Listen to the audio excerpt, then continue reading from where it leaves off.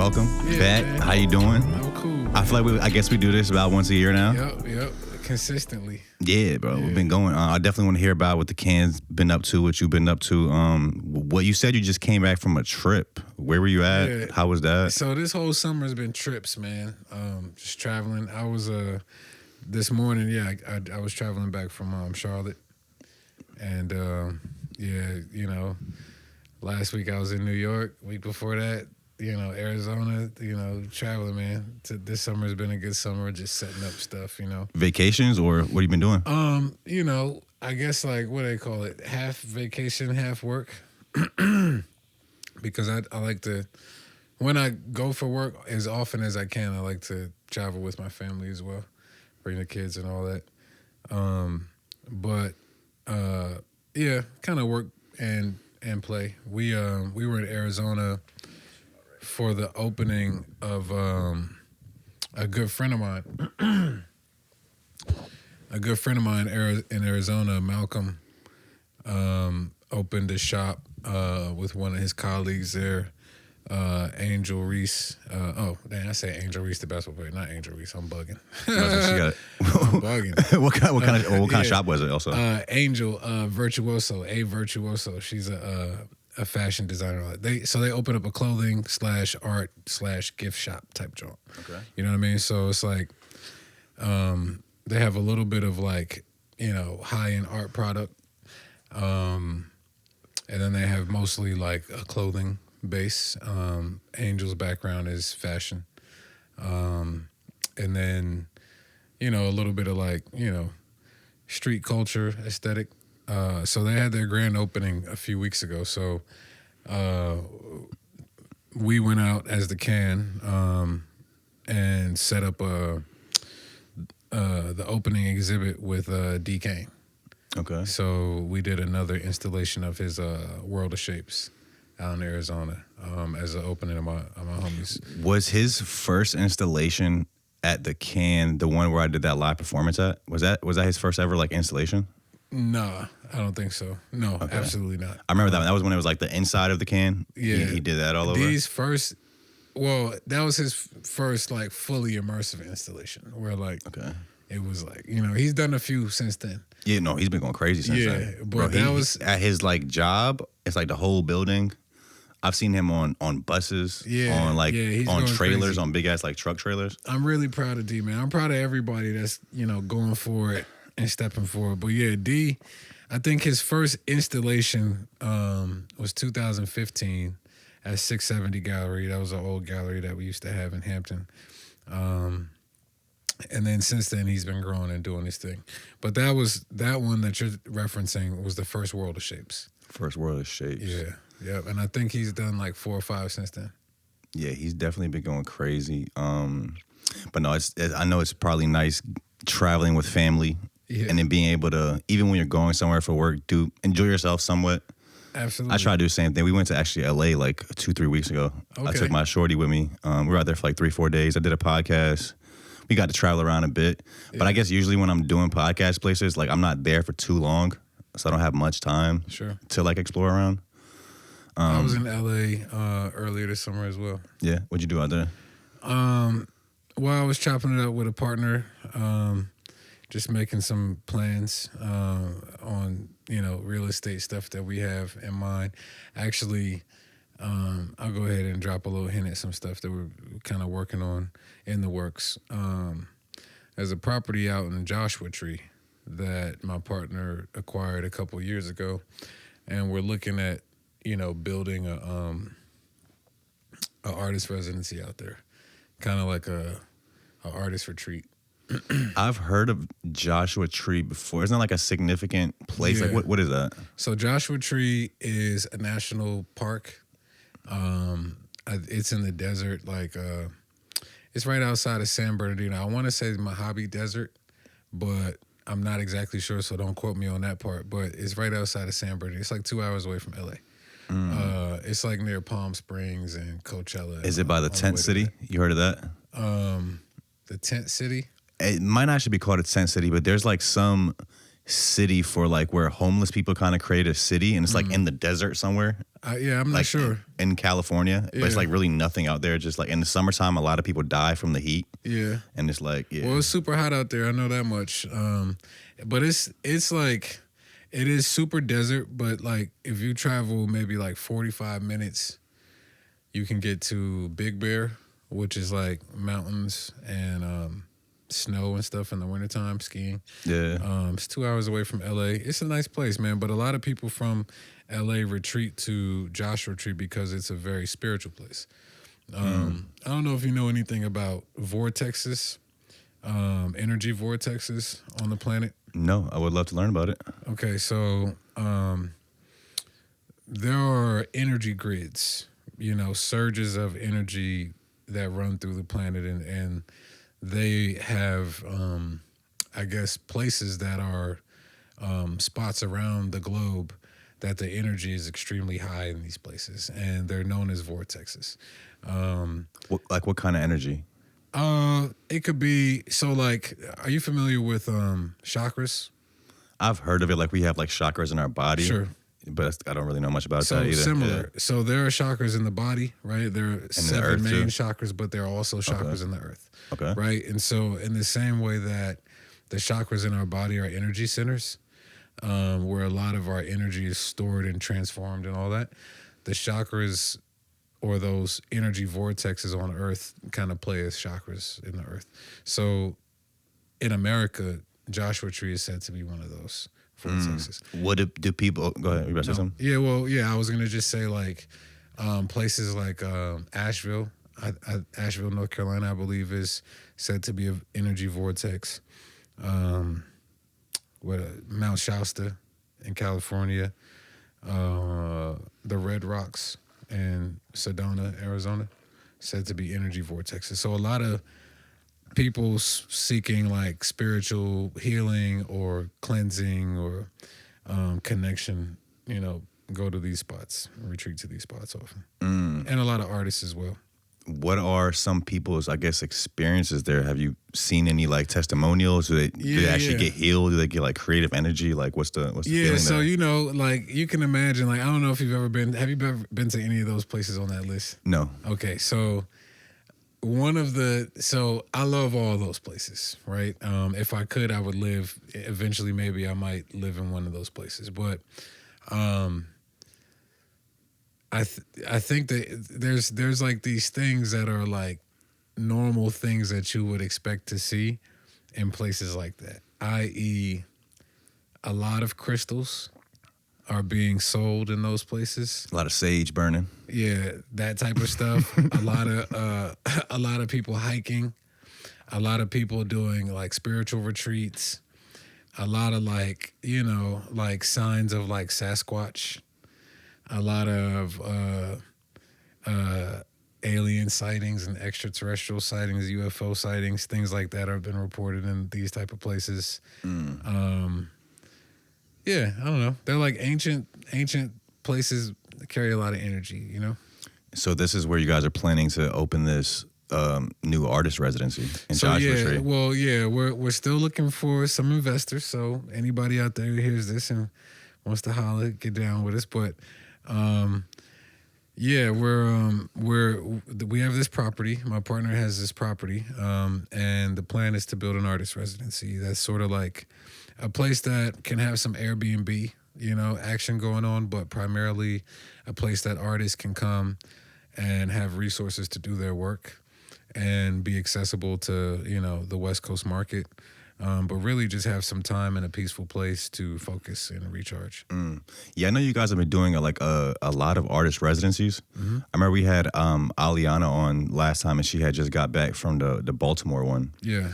I feel like, I could see the can kind of like, I don't know if it's evolving or like trying new things. I feel like kind of when you guys first got out here, it was more like the underground scene. Y'all were throwing a lot of shows there. Then you guys started moving to more of these like art installations, artist residencies. I know you guys also like use the Can Foundation. I think your like motto is like help creatives build sustainable businesses. Sustainable careers. Sustainable careers. Yeah. How do you guys help artists with that? like, what are like some experiences these artists have had at the residencies? Like, what do you want to see an artist take away from it? Like, you know what I mean? Sure. So, all right, the artist residency. So we founded as an organization in 2015.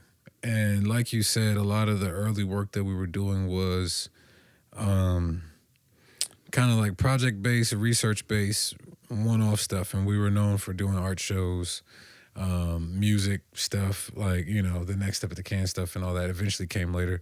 But we were really project-based and artist-centric. I think in 2009, actually around 2000. Yep, all good. That's a new record. I'll bring it back to 2017, actually. In 2017, I took a little hiatus from Hampton Roads. This is when you were in Richmond, right? No, we were here. So, Okay. so we founded in 2015. That was during the time I was running a gallery called 670 Gallery.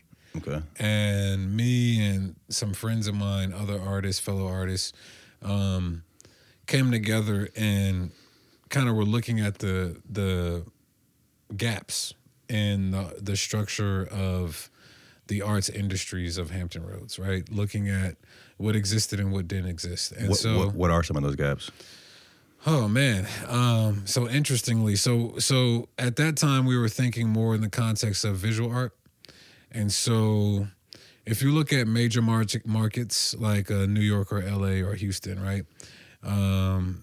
Or even like really cutting edge emerging markets like a Dallas or, you know, other places that are known to have a lot of galleries, a lot of museums, a lot of artists living there, a lot of action, a lot of sales, a lot of commercial activity. There's a structure that you can see there. There's a hierarchy of institutions. There's a hierarchy of levels within artistry that become more apparent when there's an abundance of activity happening, right? When there is not a super abundance of activity, sometimes things become more visible, but sometimes they become less visible. Like what's an example of something becoming less visible? So, all right, I'll give you a for instance. And this is statistical information. This came from a study that I was shown from an organization called Workamajig. They did a national survey. I think it was called Workamajig. They did a national survey to see which cities across the country are the best places for creative businesses to thrive and artists to live in, and which cities are the worst places for that, right? Okay. And a lot of our cities in Hampton Roads measure up in the worst places to live. Now, what a surprise. Now, exactly, right? Yeah. So what is this criteria based on? The criteria of that specific study was based on cities with populations of over 100,000, which we have several in Hampton Roads. It was based on how many museums exist in that city, how many art museums exist, how many music and film festivals come to that city annually, right, or happen in that city annually, how many artists live in that city per capita, and how many creative jobs are available. Okay. Right? So that could be like marketing, design, art stuff, like anything that's creative, right? And so based on that criteria, 3 of our major 7 cities in Hampton Roads are in the worst. Are in the bottom 10. Worst 10 cities in the country for artists to live and thrive and for creative businesses to live and thrive. Now, that's based on that criteria. But when you look at the landscape, right, you would say like Hampton Roads is a place that has an abundance of talent, a lot of talent, right? Like from Newport News to Hampton to Williamsburg, Yorktown to Virginia Beach, Norfolk, Isle of Wight, Suffolk, all of that. You can name Chesapeake. The list goes on, right? We don't want to leave anybody. There's 17 small cities in Hampton Roads, Norfolk, all of that, right? So when you look at the long legacy of these places, there is some of the world's best talent comes out of here, from the Ella Fitzgeralds to the Pharrells to the Allen Iversons to the list goes on and on and on and on and on. And when you look at the infrastructure of the arts, or, you know, of creative fields, right? I know through Allen Iverson that sports is a little different because there is infrastructure in sports here. But when you look at the infrastructure in arts, why I say some things are missing, right? Because if you look at what the pinnacle of potential is for an artist or an organization, and then you look at what's at the very grassroots, right? There are so many different notches of levels of activity happening from the grassroots to the top, right? So what we have here in Hampton Roads is we have, and this is all just my opinion, right? We have a whole lot of grassroots activity, right? And then in terms of talent, right? We have talent that's like up here, right? But in terms of like the infrastructure of organizations and institutions and even, you know, nonprofits and galleries and, you know, things like that, residencies that are there to support all those other notches, which not only create an outlet for artists to have a pathway to success, but also it creates a market for potential collectors and patrons to buy within their own geography. But it also creates a nightlife, an entertainment sector of a city. So when you have those organizations, institutions not in abundance, it creates a strain on the existing institutions to do more for the community, which oftentimes they can't. But then when you look at the financial aspects of it, Virginia as a state ranks in the bottom, usually over the last, you know, several years, usually in the bottom 10 out of 50 states, right? 40, for creatives. Yeah, in art spending. Okay, that's how the much spending? the state. That's how much the state is willing to spend on art, right? And so, you know, that not that that's a super reflection on what happens or the potential of what could happen in the city, but I think that, you know, sometimes leadership happens top down, and I feel like, you know, we could reimagine what our landscape looks like. I don't know how I even got on this topic. As you can tell, this is something I'm passionate about. I don't even know what you asked me. Oh, the residencies. Yeah, you kind of answered that as well. Right. This is great. This is great. So would you say for an area to have a thriving art scene, sure, the state or the city has to facilitate that or has to be a key player? Not all the time. No, not all the time. Not at all. But I think when the leaders within civic life, because when we talk about like state and, you know, municipal governments, like let's keep it on the local level for a second, right? When we talk about local governments, right? Yes, we are talking about politicians to an extent. There's city councils, there's mayors. These are elected officials, right? Sheriffs, whatever, right?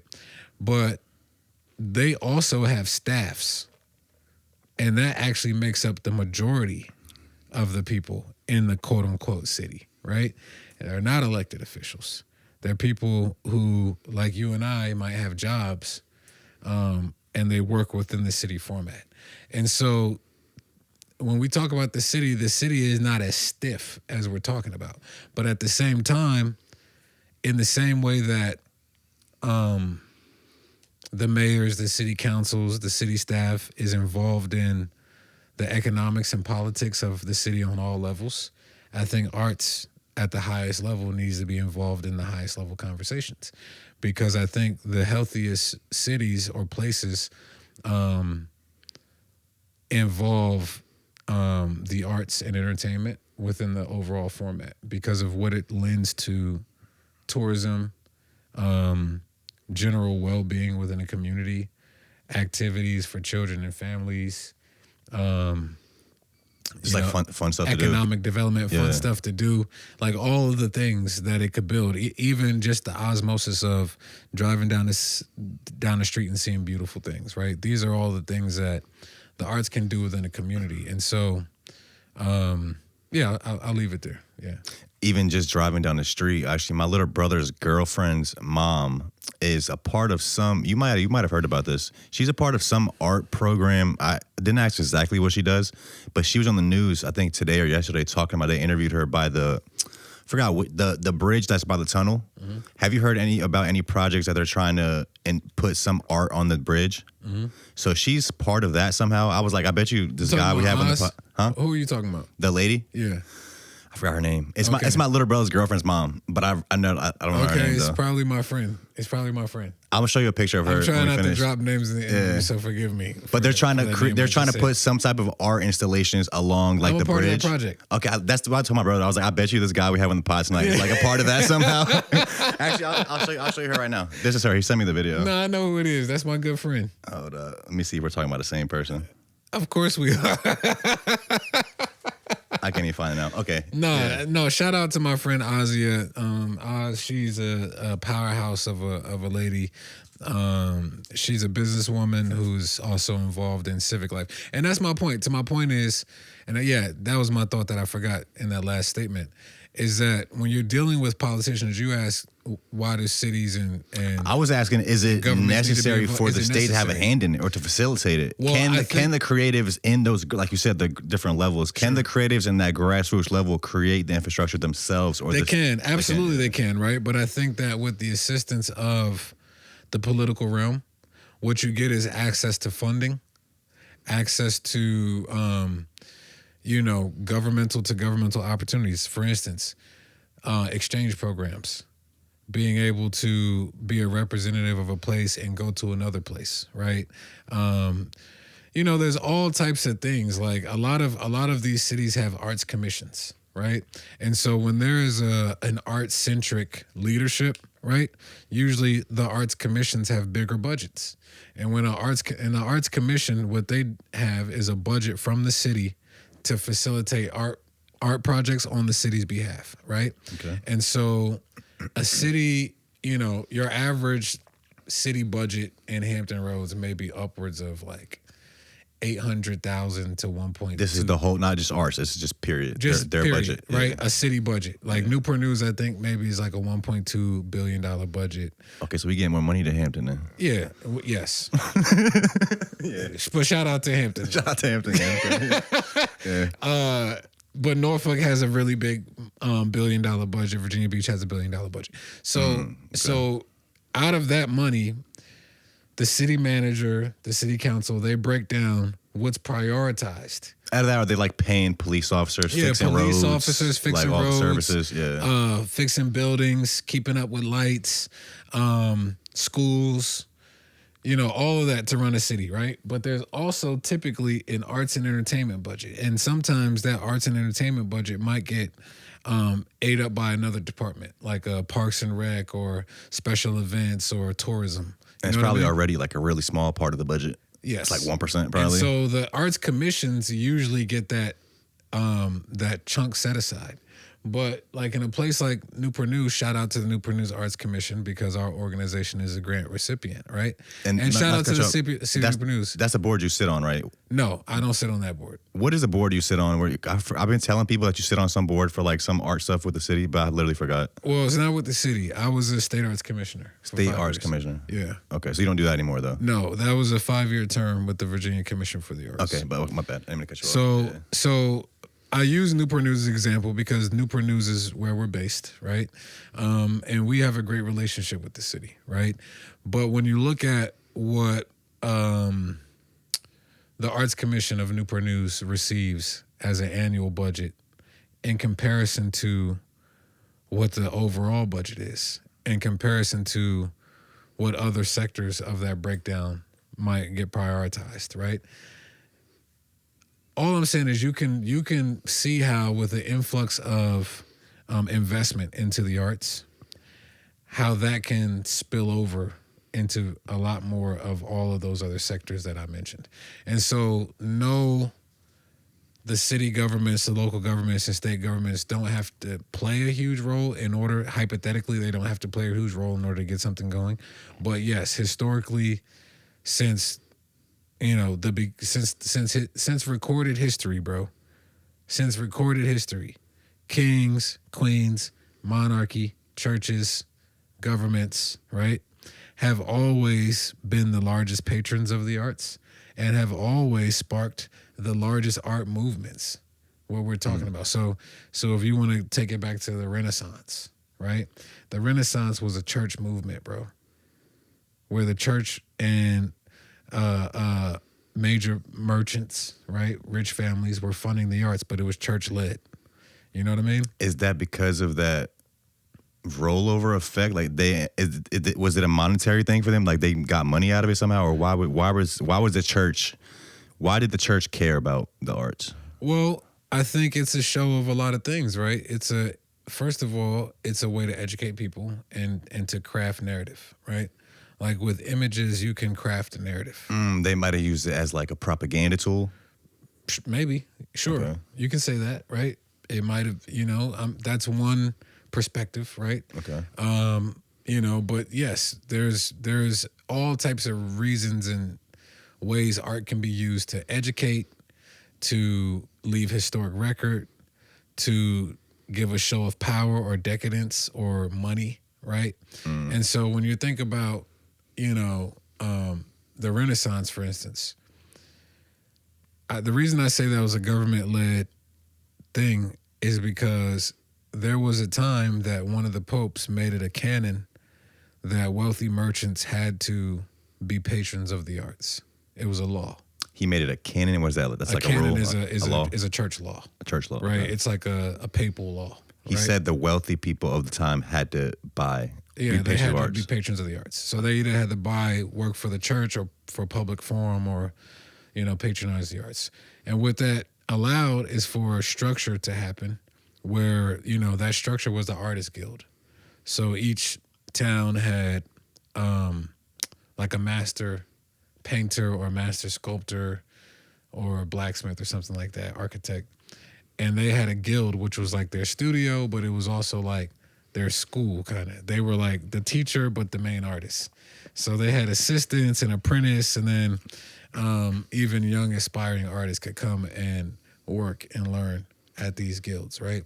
And so in essence, what the guild was, it was kind of like the art school and kind of like the unofficial studio / gallery where all the patrons in town knew they can get to work, they could find the masters and find the next masters to come. But also it was a place for the aspiring artist. Instead of walking around in the dark trying to figure it out, it was a place where you knew in your town, you go there if you want to make art. I'm still not really getting why the Pope cared. Like, why did he make this church law that wealthy people had to patronize the arts? Well, I think there's a lot of things, right? We can take it further back, right? We can take it to the Egyptians. Like, why did they care, right? Like when we look at hieroglyphics or we look at, large sculptures that are shaped like a man, they call them caryatids. Sculptures that are shaped like people, columns that are shaped like people, right? Why, right? Well, I think on the one hand, it's a show of this is us, right? It's like, it's in the same sense as like making your mark, right? Putting a tag on a wall. It's like I was here, right? But at the other hand, it's educating your people on what has happened in history. Is educating your people on the sciences or whatever. We look at hieroglyphics.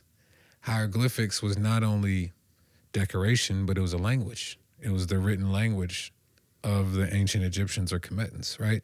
Mm-hmm. And so the images you would see on those walls, it was not just there as historic record, it was also there for teaching purposes, telling of their spiritual systems or whatever. So people use art historically for all types of reasons, transmitting messages to other people. But so all of this is to say that art and the government has always been intertied, right? When you look at, this is like, okay, when we talk about the church, right? If you look at what they call the New World, America, between like the 1400s up until like the 1600s, right? When the Pope and the kings and queens were giving people charters to go look for new land in the New World, right? Well, there's something very interesting that happened in the 1400s. And has to do with art, right? So in the 1400s, 3 things were invented within that century that contributed to colonialism, right? One was the handgun, like the. Of course, one was a fucking weapon. Yeah, it was a gun, right? Yeah. Not the handgun, but it was like a musket. It was like a musket type of gun, right? Yeah, single fire. Yeah, single fire gun, right? So that was reload that bitch. You gotta right, and of course the Asians had that technology for a long time prior, but Europeans got it and made it what we know is now the gun, right? Okay. So that happened in the 1400s. The other thing that happened in the 1400s was Johannes Gutenberg invented the printing press in Germany, which was the first mechanized printing press. They started rolling out newspapers and books. Stuff like that. Books. And the first book that was printed, of course, was the Bible. Okay. For a long time, it was the Bible, right? And also in the 1400s, Leonardo da Vinci painted The Last Supper. Oh, I point to the Mona Lisa. Okay, the Last Supper. Yeah. Which is the European What was so Christ. significant about that? And if you want to think about that as an invention, like compared to the gun and the printing press. Okay.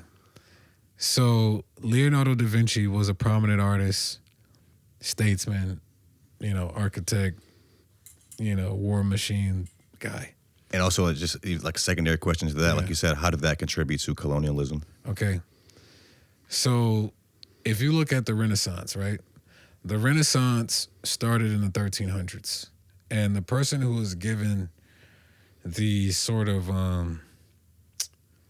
the title as being the father of the Renaissance is a guy named Giotto, right? He's from Italy.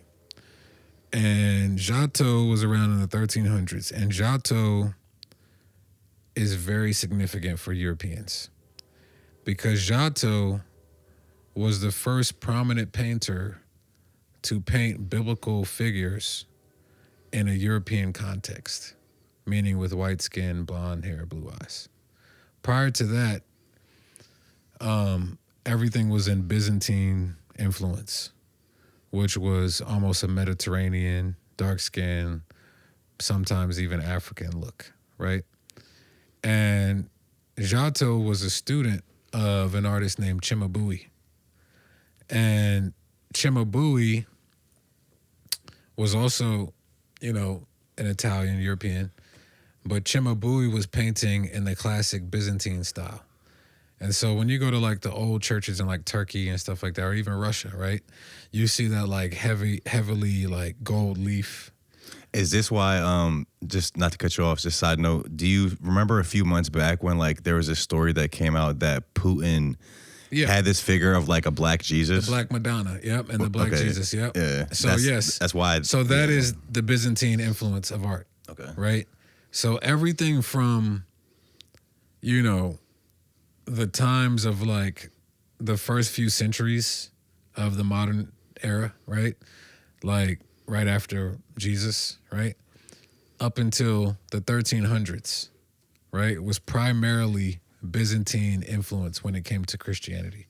Of course, there were certain things that were floating out there, in certain parts of Europe, but most of the artwork that we know is associated to Christianity or the story of Jesus was of Byzantine influence. So it was like that heavy Mediterranean, gold leaf, dark skin, dark hair look.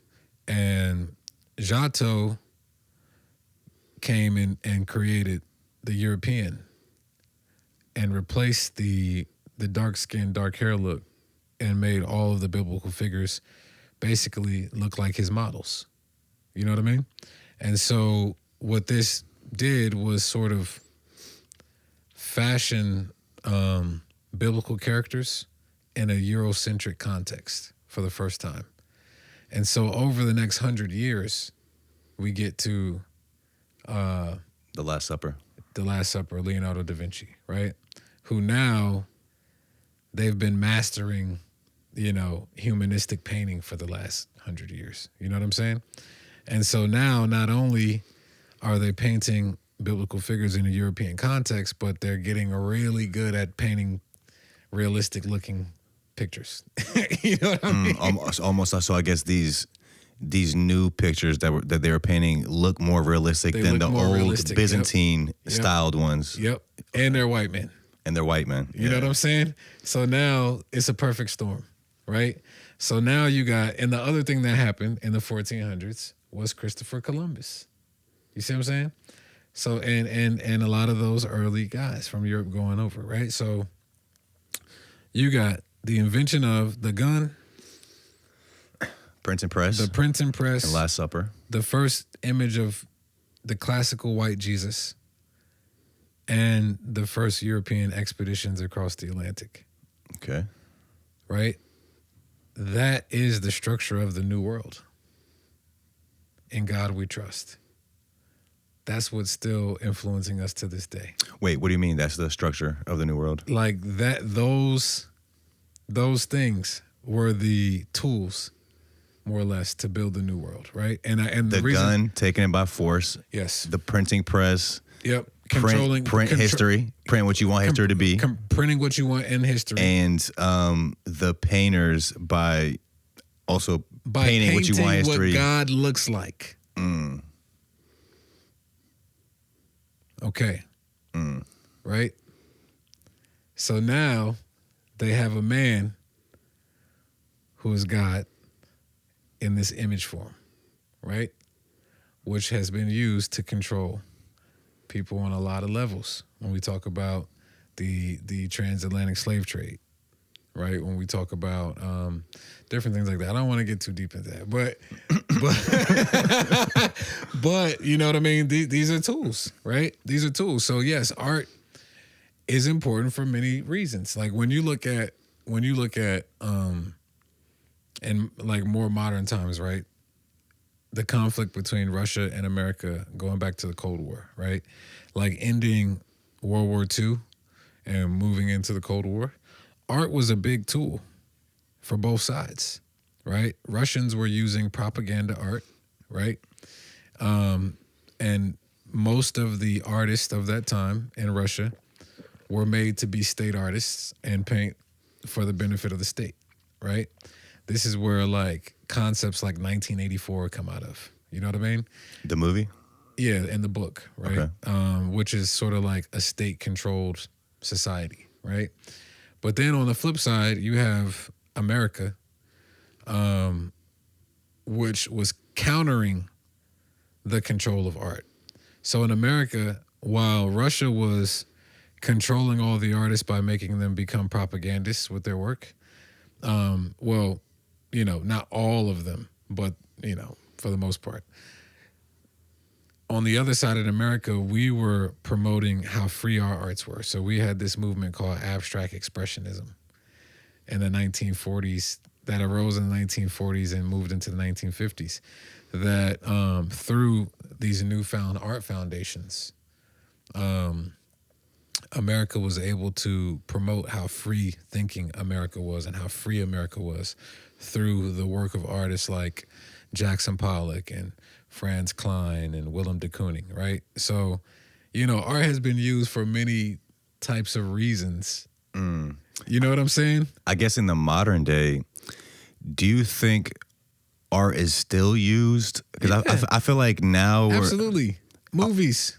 But yeah, well, I would say a lot of people say movies are propaganda. Yeah. A lot of messaging in movies, like, or I feel like nowadays we're just, like, art is almost disappeared for the regular person. We're all just consuming, it's all became like entertainment.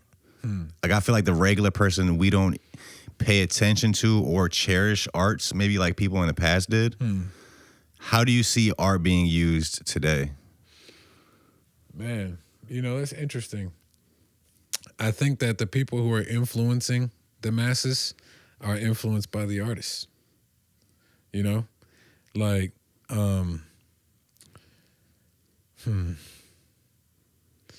Like, I'll give an example, right? And you might not know this artist, but his name is Piet Mondrian, right? He's a very famous European artist from like the 30s, 40s, and all that stuff.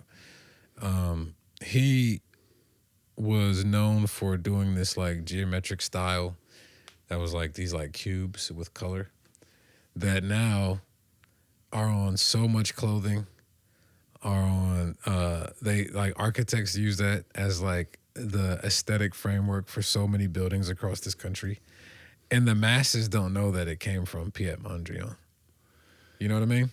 But the architects do. They all went to art school. That's like, I guess, like most inventions, we don't know who did it. Like, who invented a doorknob? Who invented But it's affecting you. You know what I'm saying? And so, I mean, I don't know if that's the best example, but that's the example that came to mind. I just feel like art is supposed to inspire us. Yeah. And inspire us to evolve, like change, like evolve and inspire free thinking. Sure. I don't know if it does that anymore these days for the regular person. Why do you say? I don't know. Maybe I'm wrong. I just feel like I think you might just need to go to some art galleries. Maybe, but okay, but that's people that are just into paintings and stuff. I'm talking about just people like regular everyday people, and like painting isn't the only form of art. Sure. Right? If we're talking about music or movies. You got movies. When's the last time you saw a movie that inspired you? Or like I also feel like free thinking is kind of okay, so we're getting into art as a full format. Art as a full format. Also, I feel like free thinking is like kind of shunned in our society now. We're all just like we're like taught these days to just be put in a certain box. I think this, I believe this, and then you just like ignore everything else. Well, that's interesting, right? I think people's attention spans are different than they ever have been. You know, shorter. Like, you know, for me to actually get through a whole movie with my children is difficult these days. You know what I'm saying? For you or your children? For my children. Yeah. Like, they might lose interest in the movie. Like, if we go to a movie theater, that's different because it's the whole ambiance, right? But at the house, if I want to sit down and watch a movie with my kids, they ain't going to sit there for an hour and a half and watch a movie with me. Right? You know what I'm saying? Is that because they're just kids? I mean, I've heard of the term like TikTok brain. Yeah. Where like you consume so much short form content that it actually does affect your attention span? They're seeing a lot of images, way more images than previous generations saw growing up, right? Way more access to technology at the tip of their fingers for all types of reasons constantly, right? And I just think that, you know, it's become like a microwave thing where people want things real fast. You know, even like I remember as a kid, when music came out, you like savored it because you would like get the XXL or the Source magazine and you would be able to read the article. And you didn't, between reading the article. Before you even heard it. Yeah, between reading the article, like seeing those images, ripping them out, putting them on your wall or whatever, right? And seeing the music video that only came on when it came on. You know what I'm saying?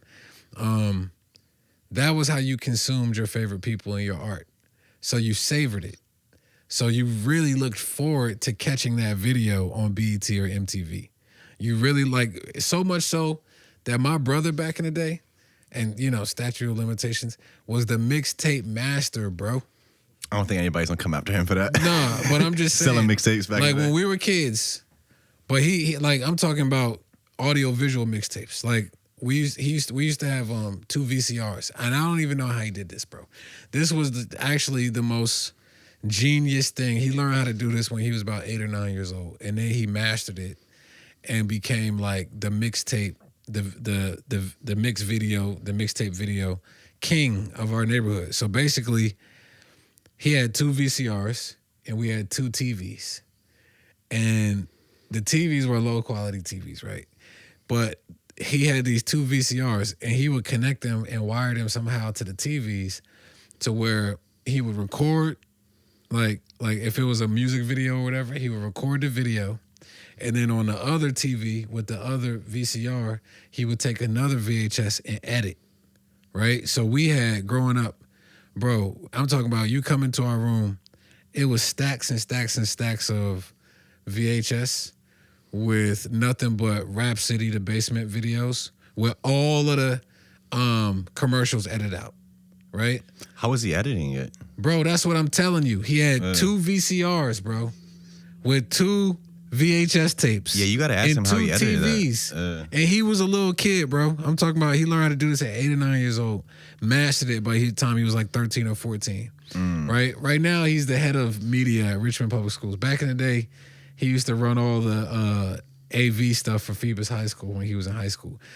But he just gravitated to that technology, and he figured out somehow where he could dub something off the TV and then take another tape and edit it. So what we had growing up, bro, and this is how I developed my style in so many ways. I had full VHSs of I have like an hour and a half VHS of nothing but Allen Iverson highlights, like the whole game though. Like my brother would literally record the entire game and edit all of the AI highlights into the joint. So I had a whole hour and a half tape of Allen Iverson highlights, but not only the highlights, all of the interviews, all of the documentaries on one tape, right? That was commercial free. So I had that. For all my real basketball heads out there, there was this show called Chicago Preps, High School Preps, that had all of the best high school players from Chicago in like the early 2000s, late 90s. We had all of the episodes commercial free. We had all of the Ahmad Rashad episodes commercial free. We had all of the Rap City Basements commercial free. All of the Dipset era, all of the basement freestyles. Bro, we had VHSs. I'm talking about stacks and stacks. Everybody from the neighborhood used to come and try to get dubs or try to rent our videos. And and it was like if you was trying to get nice on your rap game or you was trying to get nice on your basketball game, we had a tape for you. Bro, you had to get that to study. Bro, we had the Michael Vick and Ronald Carey for all my true sports heads from the area. Have you ever heard of Ronald Carey? No. All right, you got to do your research. Ronald Carey was hands down, and we got a lot of great athletes from this area. In my opinion, and a lot of other people's opinion, if you were there to witness it, go back and look at the tapes, peep your history. Ronald Carey was hands down the best high school athlete to come from this area when he was in high school. Football player, right? Football and basketball. He was like AI. He was at Hampton High. Yep, they won the state championship every year. He played quarterback and safety and point guard. Did he go to the pros? He went to NFL, but he came out the same year as Michael Vick. When he was in high school, bro, he was the talk. Like Michael Vick was like. So why do I know about Michael Vick and not him? Because in college, Ronald Curry went to UNC, and instead of focusing on one sport, because in high school, he was the National Player of the Year in basketball and National Player of the Year in football. Juggled them both. Yeah, so he wanted to keep that going. Now, the first person to do that was Allen Iverson a couple years before. This was maybe like when they were in middle school, Allen Iverson was doing that. So Allen Iverson, in his junior year in high school, he was the National Player of the Year in football and basketball. But Ronald Curry was really that guy. He was the National Player of football and basketball, won the state championship, all of that, multiple years. And in college, he went to UNC. This was like 2001, 2002. Actually like 99, 2000, 2001. He played football and basketball. So he tried to keep it going like he had in high school. So he played quarterback and played point guard. And he just wasn't the best at either one because he wasn't focused. He was still nice. But he ended up going to the NFL and playing like wide receiver. So he kind of like, his superstardom kind of started to taper a little bit. Because he's like spreading himself too thin. He was spreading himself thin. And then Michael Vick, man, you know, when he came, because Michael Vick was that dude in high school too, but he was still developing. That red shirt year after that, coming into, I think he redshirted. I believe he redshirted. But when he came, I remember his freshman year at Virginia Tech. Dude, I was a kid in Newport News in Hampton. Like, man, growing up in Newport News in Hampton, bro, everybody was an imitation or the next spawn of Michael Vick and AI. This was before everybody wanted to be a rapper. Everybody wanted to be Michael Vick. Everybody wanted to be AI before they wanted to be a rapper. This is pure facts.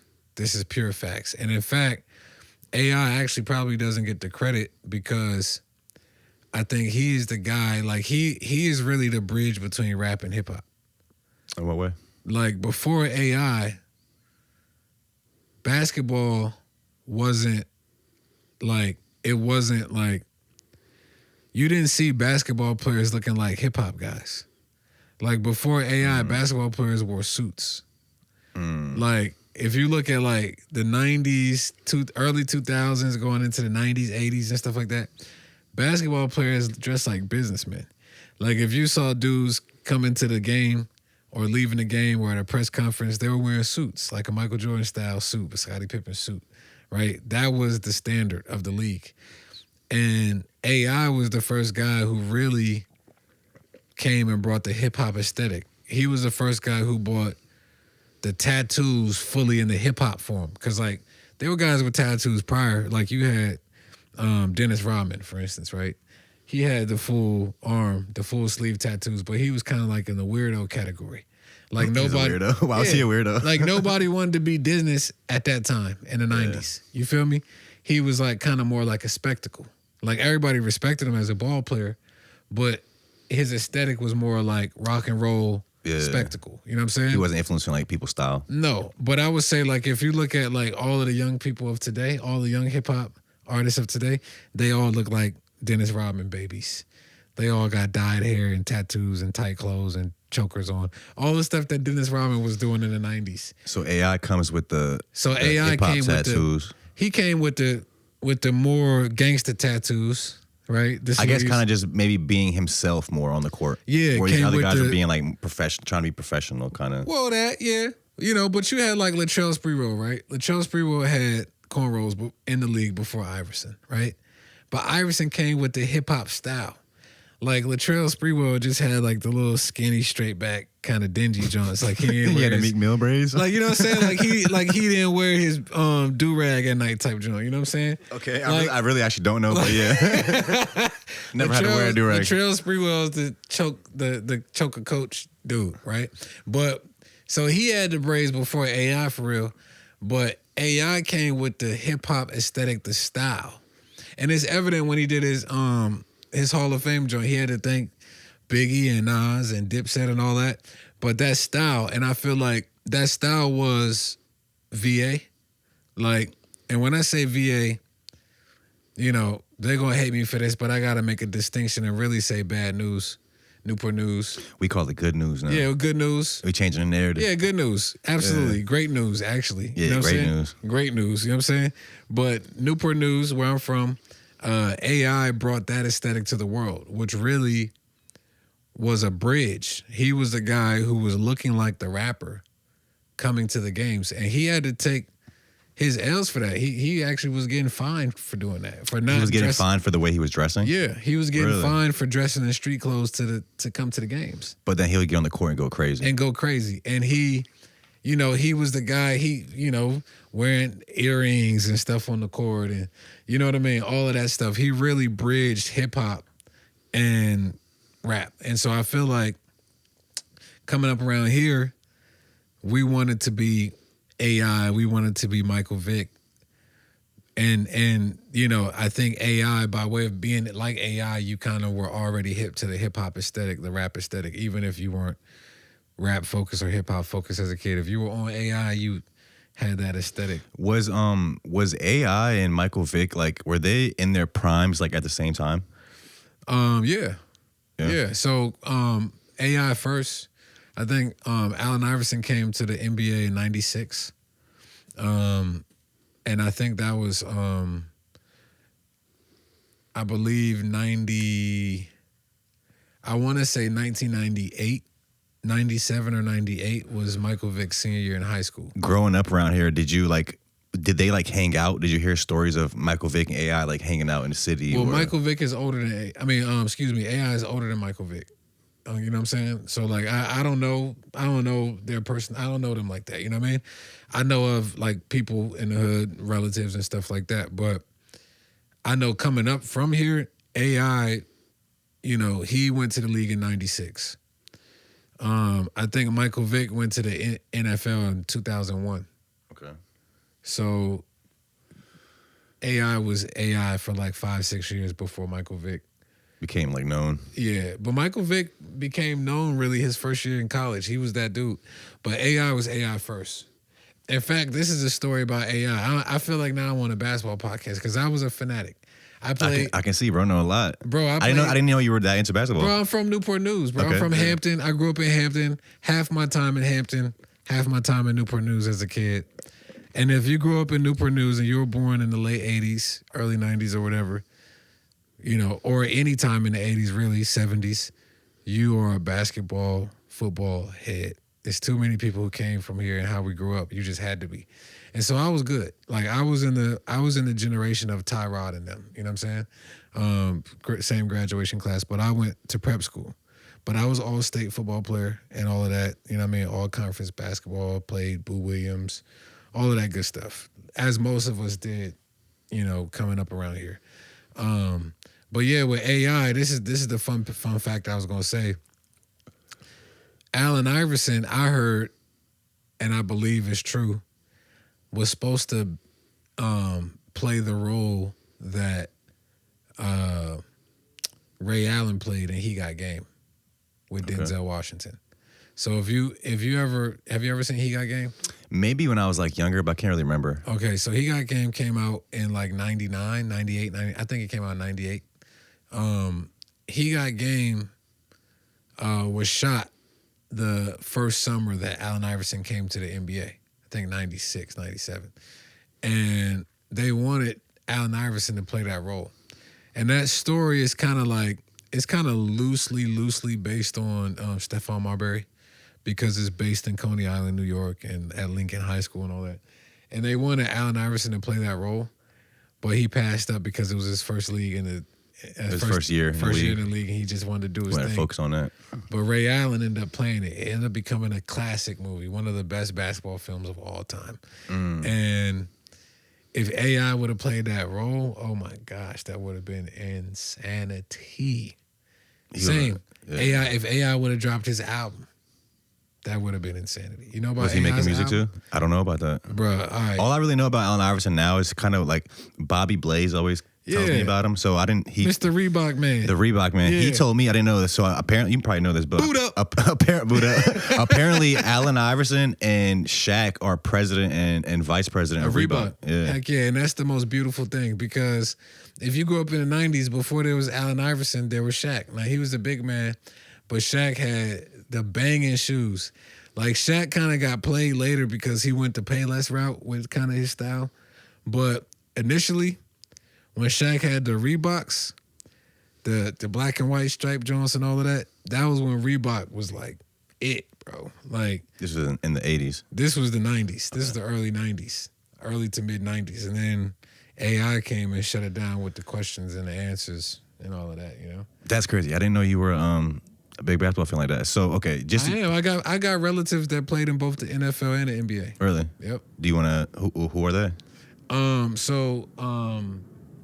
My cousin Chris Brantley, he played for the Rams and the Buffalo Bills, and I think he's in the Hall of Fame at Rutgers University as a safety or a cornerback or something like that. And then another relative, Allen Houston, he played for the Knicks. He was I want to say he's like the second highest scorer in New York Knicks history.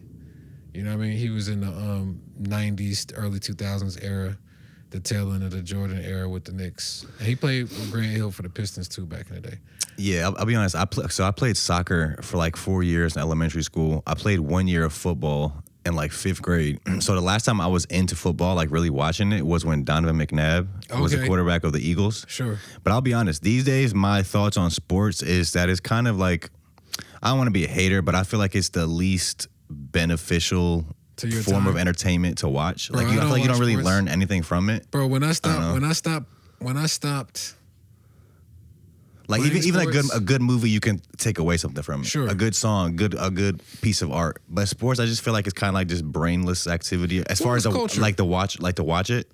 I kind of look at it like culture, right? Because like it's culture and there's an art form in it, right? Like if you ever got the privilege of watching Michael Jordan play or Allen Iverson or those guys, there's an art form in that.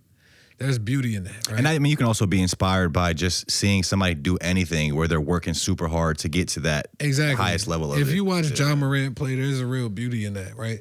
But I think, to your point, like when I stopped playing sports, I stopped really partaking in watching sports.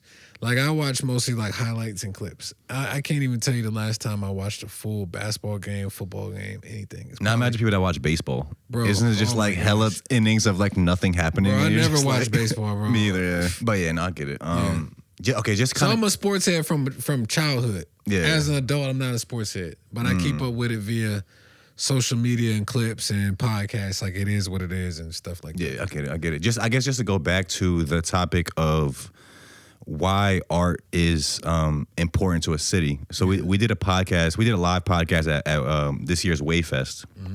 And we had on Batman and Carrie Ann. And Carrie Ann was telling us about some of these studies. You touched a bit on one earlier where you said that our area was kind of in the bottom 10 for creatives to live. Can you tell us a bit more about some of these other studies that you were showing them, I guess, about why art is important to a city? Oh man, I mean, yeah. I mean, if you look at the business community, or like the civic community, people who are thinking about what a city needs and how they can optimize their business or industry within a given geography, right? They need a lot of elements in that city to work in order for their industry to work, right? Like you might have a great business, but the housing industry might be messed up. You see what I'm saying? So being able to attract people to come live in that city from other cities might be hard if the housing industry is messed up. The housing industry probably fucked up in America, period, right now. You see what I'm saying? And also another question, we can get to this after that, but like I feel like everywhere where it is a thriving arts community across America and whatever cities, all those cities also are like plagued by homelessness and crime and super expensive housing. Why does that happen everywhere where things are thriving at? That's interesting. That's an interesting correlation. I don't know if that's I've never put that in my head like that. Like for example, LA, New York, where else? Atlanta. Yeah, but there are a lot of examples of places where arts are thriving where homelessness not like is not the case. Like I'll give a great, very tiny example. So there's this place in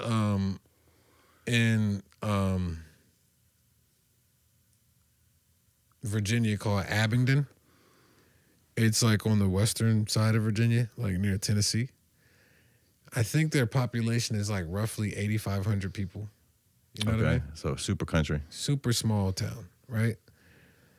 But I think they bring roughly like 180,000 people in tourism a year to that town. And they do it all through a theater company called the Barter Theater. So there's a historic theater company there that's been there since like, I want to say like the 1920s or something like that. It's like almost 100 years old or something. And the theater at that place is so good that they've been able to attract world-class talent to the theater. So world-class thespians to come and be actors, world-class set designers and all this stuff to come work there for different periods of time. And that place has become known for theater, right? But somehow they haven't attracted people to want to live there?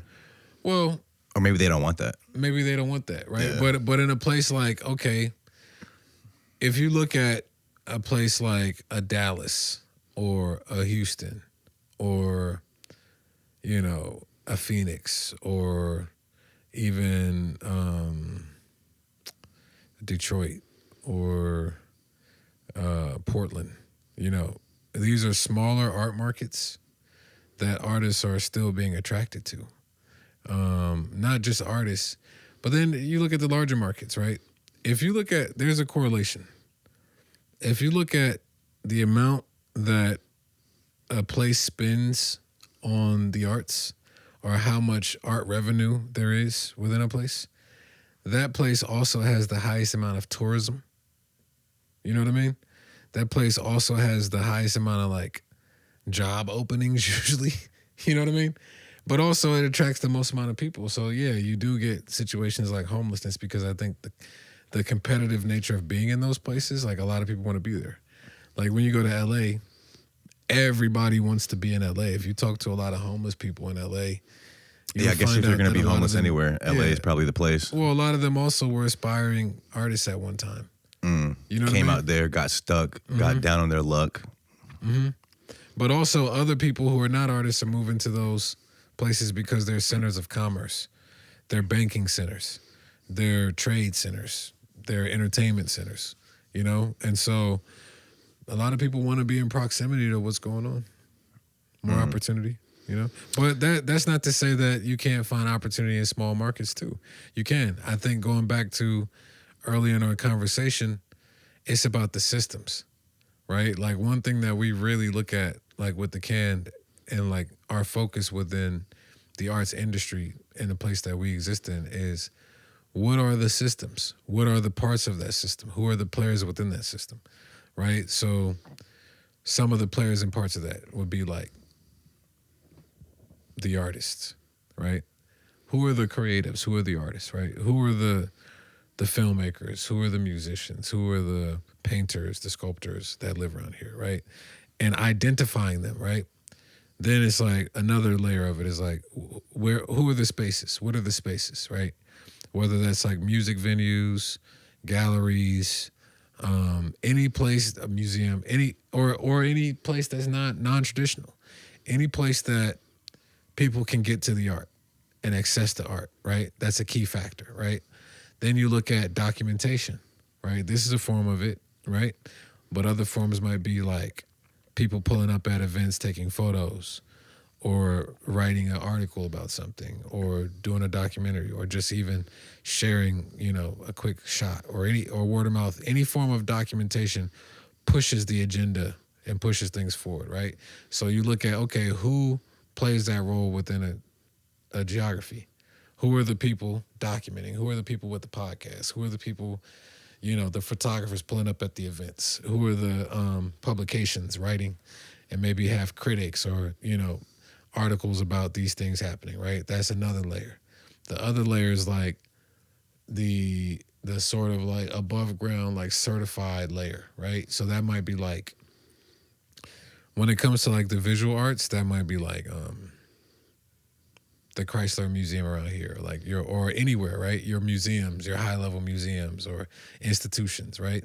Yeah. But then, you know, in other industries, that could be like the ballet, you know what I mean? Or like some theater, or like, or around here, it could be like I Am Other, which is like, Pharrell's thing. Yeah, has emerged as like an organization that brings, you know, high level entertainment, music entertainment in the form of festivals and stuff like that, right?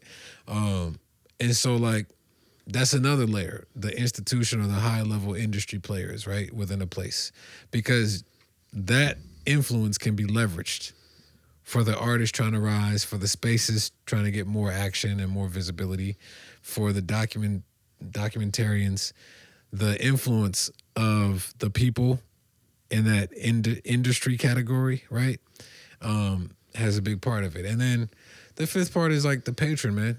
Like, who's spending the money? How can we identify which organizations are spending the money, whether that's government or non-government, right? Which companies spend money or give donations to arts organizations or whatever, right? Want to have involvement in building the community in that way. What people, how do you tap into your market? Like, who's buying the art? Who's coming to the art shows? Who's coming to the music shows? You know what I mean? Who's going to the festivals? You know, these are all the elements that create the infrastructure of the art world, right? And so the more participation, the more activity, I think creates a certain synergy within a place that makes people want to be a part of the action. Like you said, entertain me. You know what I mean? Hell yeah. Look, bro, I don't want to take up too much of your time. Sure. That might be a fire spot to leave him at. Really, my last question was, so you say you touched on the can is trying to start this residency in Joshua Tree. Sure. That's one of many things. One of many things. Yeah. I know you guys have been doing a bunch of stuff in City Center. Yeah. Do you want to just touch on some stuff that you've been doing out there? I know Tremaine doesn't Tremaine have like a studio out there now? Well, Tremaine is one of our resident artists. Okay. He's a first patron artist. That's when you're speaking of our artist residencies. So for the last, I want to say 12 months, his residency's coming up on its end. He and that's Tremaine Etheridge. He's the founder of Fonco, for those who don't know. He and another artist named Nad Harvin have been two of our resident artists at that City Center location. Okay. So they actually have an exhibit. Do you guys have two locations out there? Or is it one location? So, yeah, we have a gallery there. Because I've been to the one where he was like, I think at the time when I was there, he was building, it was like some kind of like curtains. It was like tan like curtains everywhere. Yeah. So we have a gallery there, and then like 3 doors down from that, we have the first patron like studios. Okay. For resident artists. And that's been his studio for the last year since he's the resident artist. So you're probably referencing that. He it's a lot of people know it as the Fort, going along with his branding as Fawn. PHORT. Yes. Yeah. And so, yeah, shout out to Tremaine, shout out to Nad, shout out to all the artists that we work with and resident artists. Yeah, man, a lot of good things in the future. Hell yeah. In the present. Hell yeah. Look, I appreciate you for coming through, bro. I feel like I always learn a lot talking to you. You know I'm going to go a mile a minute. We're going to bounce all over the place. No, this was great. This was great. I definitely learned a lot.